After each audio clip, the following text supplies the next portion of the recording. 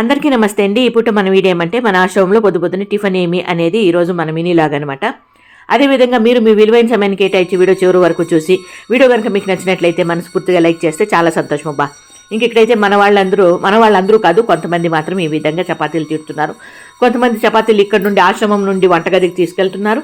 ఇంకా కొంతమంది ఏమో కాలుస్తున్నారనమాట. ఇంకా మన ఆశ్రమం వాసులు కొంతమంది ఈ విధంగా ముందుకు వచ్చి పని చేస్తూ ఉంటారు కదా, ఏదో చిన్న చిన్న పనులన్నీ కూడా. ఇంకా వాళ్ళంతకు వాళ్ళే ఈ విధంగా ముందుకు వచ్చి అమ్మ మేము తిని కూర్చుంటే ఆరోగ్యం చెడిపోతుంది, దానికని మేము కూడా ఏదైనా చిన్న చిన్న పనులు మా వల్ల అయింది చేస్తాము అన్నట్లుగా ముందుకు వస్తారు. కొంతమంది అయితే చేయలేని పరిస్థితుల్లో వాళ్ళు చేయలేరు, మనసున్న పాపము చేయలేరు అనమాట.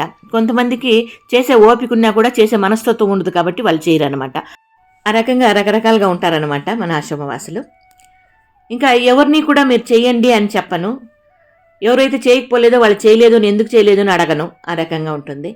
ఇంకా ఇక్కడ దారి చూపిస్తున్నాను కదా, చపాతీలు ఆశ్రమంలో తీరుతున్నారు, అక్కడి నుంచి తీసుకొచ్చి వంటగదికి తీసుకొస్తుంది మన పద్మ డ్యూటీ అనమాట అది.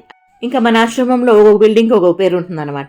ఇందాక మీరు అక్కడ చూసారు చిన్ని కృష్ణ నిలయం అని ఉంది ఆశ్రమంలో, ఇక్కడైతే పాకశాల కేరళ నిలయం అని ఉంది. ఈ రకంగా ఒక్కొక్క దానికి ఒక్కొక్క పేరు పెట్టామన్నమాట. ఇంకా చపాతీలు అయితే ఇక్కడికి వస్తున్నాయా, వీళ్ళిద్దరూ కాలుస్తున్నారు చూడండి, మన అమరావతి అమ్మగారు, అదేవిధంగా మన వంట అమ్మాయి సునీత అనమాట. వీళ్ళిద్దరూ చపాతీలు కాలుస్తున్నారు. ఇప్పటికే దాని కుర్మా రెడీ అయిపోయింది, పక్కన పెట్టారు. అదేమి అనేది చూద్దాం, వడ్డించేటప్పుడు చూద్దాం.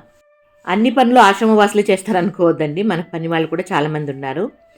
అందరినీ కూడా ఒకరోజు స్టాఫ్ మీకు చూపిస్తాను ఎవరెవరు ఉన్నారు, ఎవరెవరు ఏమేమి పనులు చేస్తారో. ఆల్రెడీ మీకు తెలిసే ఉంటుంది అనుకుంటా, ఎందుకంటే విడివిడిగా చూపించే చెప్తా ఉంటాను కాబట్టి.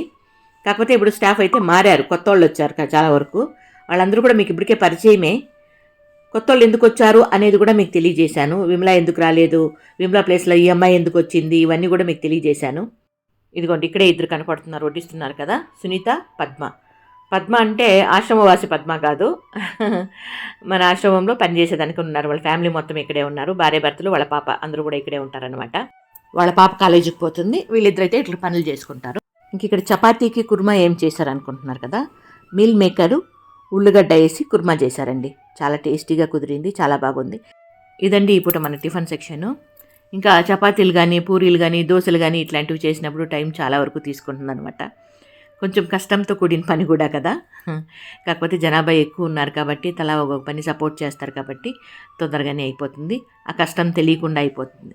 అదే ఒకరే చేసుకోవాలంటే ఇన్ని చపాతీలు, ఇన్ని దోశలు, ఇన్ని పూరీలు ఇట్లాంటివన్నీ చేయాలంటే కష్టం కదా.